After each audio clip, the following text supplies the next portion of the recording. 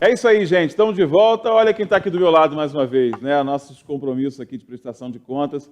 Deputado federal Hugo Leal, mais uma vez aqui com a gente, para a gente bater um papo, né, deputado? Estamos novamente aqui na prestação de contas. Eu estou com a agenda aqui, o Marcelo me passou a agenda do deputado, a agenda está conturbada hoje, está agitada, né? É boa a agenda, sinal de que tem trabalho, sinal de que tem demanda, né? Tem muita coisa acontecendo, né, graças a Deus. Eu estava falando agora na abertura do programa, a gente está com destaque hoje na primeira página com relação àquela região ali da Magé Manilha e tal, né? E eu sei que entre as discussões da nova concessão está essa ampliação até o Arco. Está sendo discutida essa questão da mobilidade. É real, Anderson, porque aquilo ali preocupa muito.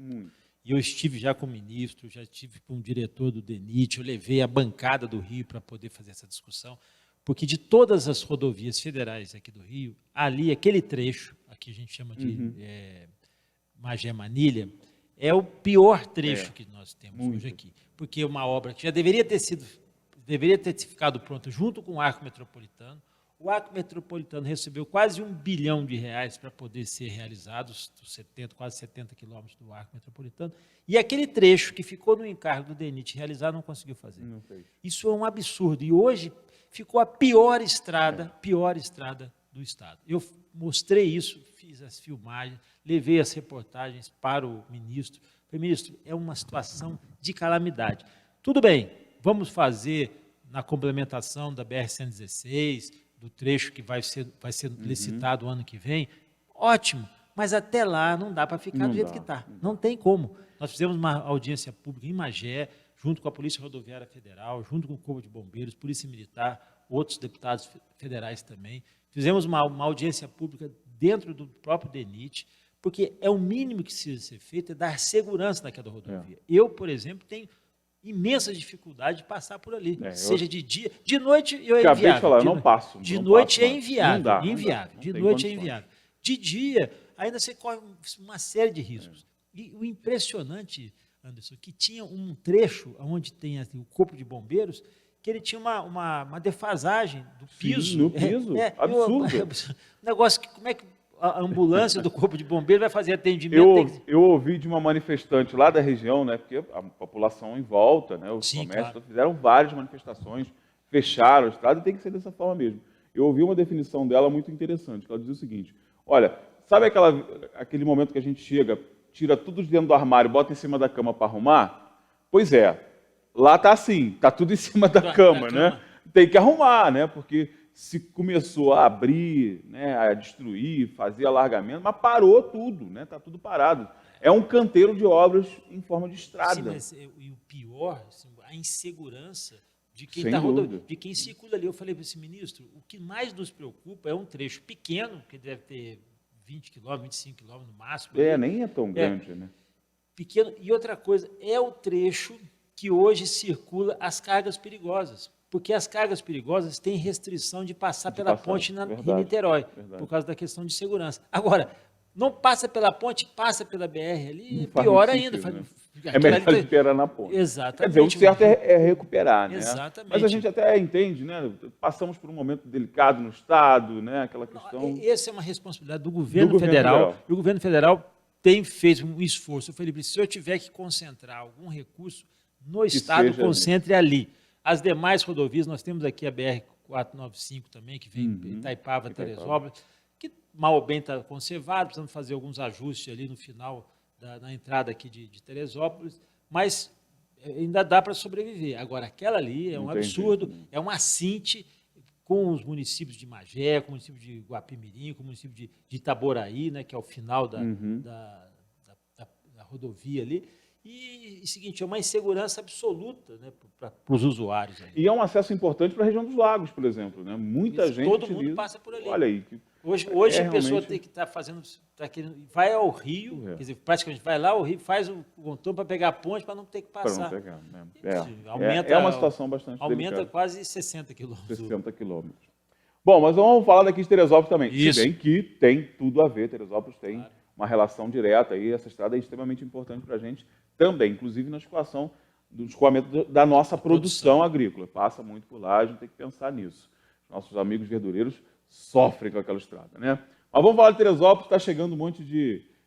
Eu costumo dizer o seguinte, a população não entende muito bem o que é uma emenda parlamentar, mas consegue enxergar perfeitamente quando chega, né, o resultado dessa emenda. A gente está vendo isso acontecer aqui na cidade.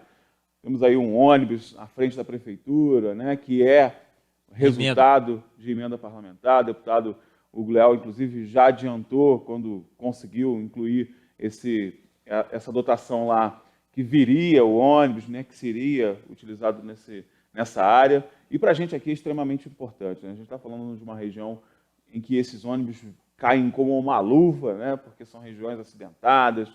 Às vezes as estradas não permitem um carro normal, são carros diferenciados. E que bacana que está chegando, né? Os carros, exatamente, você falou uma coisa, os carros são preparados para isso. Esses ônibus são construídos, esses ônibus escolares construídos exatamente para esses locais onde são locais de difícil acesso, com barco. E isso é no Brasil todo. E aqui, Teresópolis tem uma área extensa, uma área dos distritos do interior muito grande, e que é difícil, às vezes, o deslocamento dessas pessoas, das crianças, para ter a escola. Então, o ônibus escolar tem essa característica. Acho que foi o segundo ônibus já que nós temos esse trabalho aqui no município. Além também, já tivemos as 2 ambulâncias, outras que vão chegar ainda esse mês também. São ações, quer dizer, são recursos, né? A gente, para explicar para o nosso telespectador, as emendas parlamentares nada mais são que os recursos da União, recursos do governo federal, que nós trazemos. É o dinheiro do governo federal que a gente traz de volta para o município aqui de Teresópolis. É o papel que o deputado federal tem de cada vez mais concentrar esses valores, esses recursos dos impostos que são arrecadados aqui, de imposto de renda, de IPI, os impostos que são federais. Nosso esforço aqui, trabalho, é poder direcionar, poder retornar isso através dessas emendas parlamentares. É o próprio dinheiro do contribuinte voltando para ele. Mas agora, precisa ter o representante lá, precisa ter alguém para falar. Alguém precisa chegar para o governo federal e falar assim, estamos precisando lá em Teresópolis, né? E esse é o papel do deputado. Então, é basicamente isso, gente. O deputado vai lá e diz, olha, governo, a gente precisa deslocar esse recurso para cá. Nós fizemos a indicação agora, esse ano, por exemplo, já de 1,5 milhão para a área de agricultura, para compra de equipamentos, para compra de maquinários, para recuperação de estradas vicinais, até mesmo para recuperação desses entulhos de remoção, o reaproveitamento, né, a reciclagem. Tudo isso já em acordo também com a prefeitura, com os responsáveis, né, diretos lá na área de agricultura, na área de obras, em diálogo com o prefeito Vinícius. Mas o mais importante é que esses recursos possam efetivamente, né, nós indicarmos os valores, os recursos, e depois acompanhar a chegada deles, o processo licitatório, depois a implementação, que é o retorno para a população perceber diretamente isso. E também, esse ano, nós colocamos mais 3 milhões só na área de educação, na área de saúde. Só na saúde temos 3 milhões lá para poder também parte de custeio, para manutenção, principalmente para não faltar insumos, para não faltar medicamentos. É um instrumento muito importante também para a área de investimentos, para aquisição de... Para infraestrutura e tudo mais, né? Deputado, a gente está com uma celeuma em curso na cidade, o senhor está acompanhando também de perto isso, que é esse processo, né, de privatização do serviço de água e esgoto. Sim. O senhor, sendo de Petrópolis, conhecendo nossa região, Petrópolis vivenciou isso há muitos anos. Friburgo também. Friburgo, da mesma forma.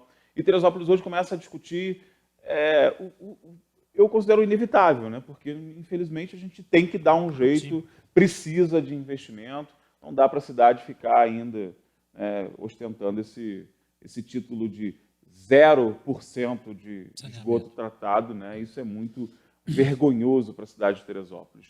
Mas existem muitas dúvidas no ar sobre a questão da legalidade do processo, sobre a questão, né, de aumento de tarifa, que talvez seja o maior medo da população. Porque hoje aqui quem presta serviço é a SEDAI. É a SEDAI.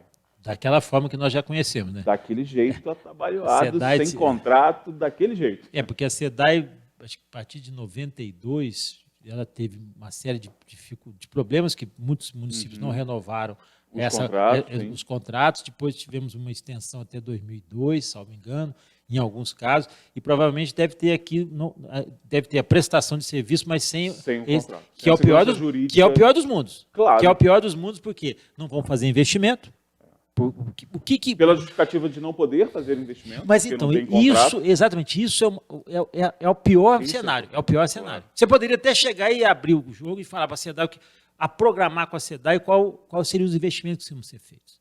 Uma nova concessão, né, é vista, sim, com bons olhos. É claro que o processo tem que ser transparente, quanto mais claro, melhor, quanto mais evidente, quanto mais demonstrado para a população. E isso vai ter participativo, isso vai ter um custo. Claro. Hoje já tem o custo, só que o custo da água, e às vezes compensado ali na saída, no tratamento no esgoto, que um esgoto que não é tratado. Então você paga um custo que o serviço efetivamente você não está tendo.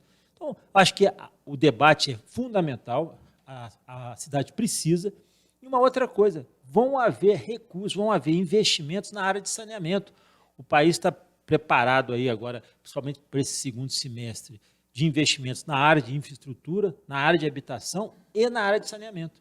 Então, empresas que que prestam esse serviço em alguns municípios, eu posso citar o exemplo de Petrópolis, o exemplo de Teresópolis, estão também se credenciando para buscar esses recursos, a aplicação desses recursos que são do BNDES ou recursos públicos, para a expansão do saneamento. Porque o saneamento é uma questão de saúde pública, não é só uma questão de obra. Porque uma obra, aliás, que vai por baixo da terra, as pessoas não veem. Mas é saúde pública, porque quanto menos saneamento você tem, mais problemas de saúde pública, mais problemas de doenças, essas doenças que são transmitidas exatamente por não tratamento da água. E isso é fundamental. Agora, o debate tem que ser amplo e aproveitar as experiências que nós já tivemos aqui no Rio de Janeiro. Experiências boas, algumas muito exitosas e outras ainda a complementar. O que não pode errar, Anderson, é exatamente da discussão no processo de concessão de quais serão os encargos da concessionária. Isso é fundamental, fazer uma folha de encargos, se vai conceder por 10 anos, por 20 anos, por 30 anos, que seja, qual é a folha desses encargos ao longo desses anos e uma revisão, não só a revisão tarifária, mas uma revisão dessas obras necessárias. Ou seja, tem que cumprir aquelas metas que estão ali, né?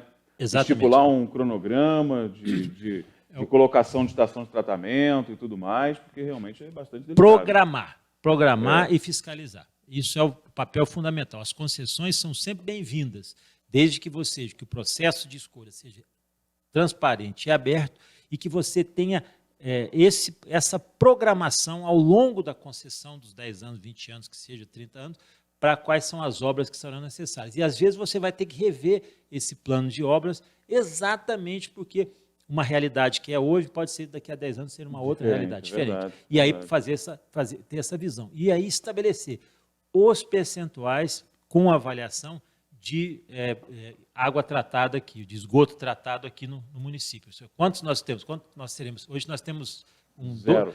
Vamos falar zero, mas vamos lá, hoje tem 5%, 10%. Então, daqui a 5 anos teremos 20%, daqui a 10 anos, e fazer essa programação e estabelecer isso aí, a tarifa ser considerada, ou seja, ser compatível com o nível de investimento que você vai ter.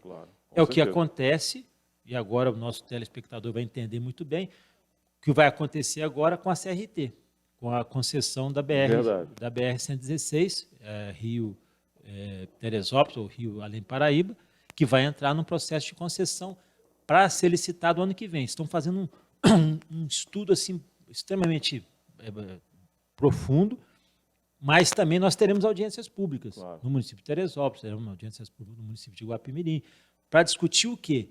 Qual será a programação de obras necessárias ao longo desses anos para que nós tenhamos uma rodovia segura, que possa fazer ampliação, duplicação, seja qual for, em cima do tráfego. Um pedágio mais justo, né? Que é, pedágio, quer dizer, nós temos uma praça de pedágio. E uma praça de pedágio com um pedágio de quase R$20. Não existe isso. Caríssimo. Aí, na hora que você... E aí, qual é a ideia do processo de concessão? É estender a BR até o arco metropolitano todo. O arco metropolitano, inclusive a de Manilha. Por isso que eles estão esperando a nova concessão para que essa reforma, essa recuperação ou essa obra da concessão dali da 39, ali é 393, agora deu um branco aqui, da Magé Manilha, essa obra seja incluída na nova concessão. Eu disse ao ministro isso, que seria um absurdo, não dá para esperar. Porque vamos partir do princípio que a licitação seja feita o ano que vem, o contrato com a CRT vai até princípio de 2021, se não me engano, é abril ou maio de 2021.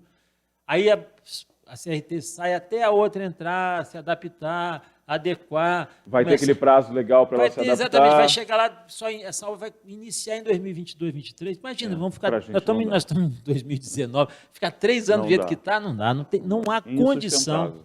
Mas tem essa perspectiva. Aí, na perspectiva de você ampliar, né, ter outras praças de pedágio com extensão desse trecho, obviamente aí a tendência, né, e é o trabalho que nós estamos realizando, já até anunciado pela PPI, né, que é o Programa de Parcerias do Governo Federal, é exatamente reduzir o custo dessa. Porque hoje a gente é penalizado, né, por essa praça aqui, que é realmente... Teresópolis, Magé, Guapi. Né, a pessoa que mora em Magé, só para passar ali na praça... A ida ao Rio de Janeiro é caríssima, né? Porque não é só ida, é ida e volta, né? Porque voltar é complicado, é bastante complicado. Mas é importante, isso que o deputado falou, a população precisa participar de todos esses processos, né? As audiências públicas, elas precisam estar repletas de pessoas interessadas. E a população inteira tem que estar interessada, porque é uma coisa, por exemplo, essa questão da água. São 2 décadas e mais um pouquinho de exploração do serviço. São 25 anos que estão propondo. 25 anos. Estão propondo 25 anos. 25 anos é um quarto de século. Você imagina 25 anos reclamando. Não dá. Então tem que ver agora, tem que fazer... A gente já viu algumas discussões importantes, como, por exemplo, a gente teve uma discussão na primeira audiência, né, por todas as formas erradas que ela foi feita, ela acabou contribuindo, porque nós temos uma diferença da tarifa básica que vai fazer uma diferença muito grande, né, porque a SEDAI cobra a tarifa básica a partir de 15 mil litros cúbicos, metros cúbicos de água. A concessão nova prevê 10. Aí, vamos fazer uma continha.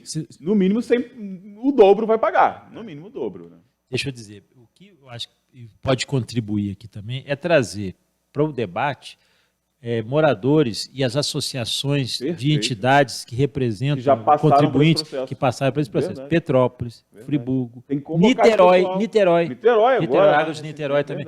Tem um problema enorme na área ali da região oceânica, que não chegou a fazer, não conseguem fazer o processo de saneamento ali, e aí isso imbricou ali, teve uma dificuldade lá chama Águas de Niterói, se não me engano. Então, temos que aprofundar, trazer essas experiências. O que deu certo e o que deu certo. Claro. Nós somos municípios em volta, são municípios muito próximos. E Teresópolis tem uma característica que dá para fazer isso, mas de forma muito mais racional. O que nós temos que fazer é aprender com as experiências boas e também com as experiências negativas, para não fazer igual, para não cometer repetir, o mesmo, né? Exatamente, cometer o mesmo erro. Eu acho que isso é um processo que, ocorrerão audiências públicas, a minha sugestão aqui à Prefeitura e à própria Câmara dos Vereadores, que tragam representantes, tanto das empresas concessionárias, quanto dos municípios, né, representantes dos municípios, e principalmente alguns moradores, algumas entidades, associações, quais são as maiores dificuldades nessa relação. Porque com a SEDAI, você pode xingar, chorar, não vai adiantar nada, porque a SEDAI hoje, infelizmente, é uma companhia que tem tentado superar, mas com imensas dificuldades, porque não conseguiu resolver. Na Baixada, ela tem o Rio de Janeiro e a Baixada. Até chegar no interior, aí é quase que impossível. É um universo para resolver enorme. Bom, gente, vocês viram que o papo rende, né? Toda vez que o deputado está aqui, a gente acaba se estendendo mesmo, porque os assuntos são importantes. É importante que você participe dessa prestação de contas sempre também para saber o que está acontecendo. Hoje não deu nem tempo para a gente falar de Brasília, né? Mas tá bom, eu sei que lá está tranquilo. Está em recesso, por enquanto. Está em recesso, por isso que as coisas estão acontecendo. Lá está tranquilo. Mas voltamos a semana que vem. Com uma agenda apertadíssima, né? Perfeito. Reformas e um monte de coisa aí, né, em pauta. Mas a gente vai falar isso nas próximas prestações, né, deputado? Com certeza. Anderson, eu que quero agradecer mais uma vez aqui, sempre a oportunidade, sempre, como você falou, teremos vários assuntos, eu sempre sou à disposição, aberto aqui a esse diálogo. A nossa agenda, né, nós interrompemos nós tivemos um recesso a partir do dia 19 de julho, ficamos até ontem, né, no recesso, retomamos algumas atividades, ontem mesmo já foram retomadas algumas atividades, mas sessão plenária nós teremos a partir de segunda-feira. Segunda já inicia, segundo turno da reforma da Previdência, reforma tributária, muita coisa, lei da recuperação das empresas, da recuperação judicial, processo das parcerias público-privadas, modificação do sistema das concessões. Nós vamos aprofundar esse tema lá, vai ser muito importante, até aproveitamento dessa discussão aqui em Teresópolis, receber lá em Petrópolis, lá em Brasília também, vai ser fundamental. Acho que vai ser rico, pode ter certeza. Independente dessas questões aí, para não assustar a população, não, está com problema lá em Brasília, está confuso. Não está confuso nada. O presidente da República está sendo Bolsonaro. Ele foi eleito Bolsonaro e vai continuar sendo Bolsonaro. E sempre foi não se preocupem, que isso é da própria característica do processo democrático. Quando ele fala, emite as opiniões dele, que são natural que emita, que ele continua emitindo, tudo bem. Não precisaria fazê-lo, mas quando faz, não abala o processo democrático, que a Câmara tem uma agenda, agenda que a gente chama Agenda Brasil, e essa Agenda Brasil está sendo seguida, nós vamos enfrentar. Muitas pessoas no governo federal têm colaborado e muito com isso. Então, às vezes a pessoa fica preocupada que o ambiente está... Não está tumultuado, não, deixa que a gente vai levar. O trabalho está seguindo, é isso que importa. A gente precisa de tranquilidade, e discussão vai ser sempre, o parlamento é isso, mas tranquilidade para a gente conduzir o Brasil. O Brasil precisa dessa resposta. É isso aí. E fique sempre ligado nas redes sociais do deputado também, que tudo que está rolando está sendo municiado lá, você pode, inclusive, interagir com ele. Deputado, obrigado mais uma vez. Eu que agradeço, Anderson. Muito obrigado, bom. Bom trabalho, porque esse segundo semestre vai ser de muito trabalho, né? Muito trabalho. A gente vai para o intervalo comercial bem rapidinho. Daqui a pouco a gente está de volta.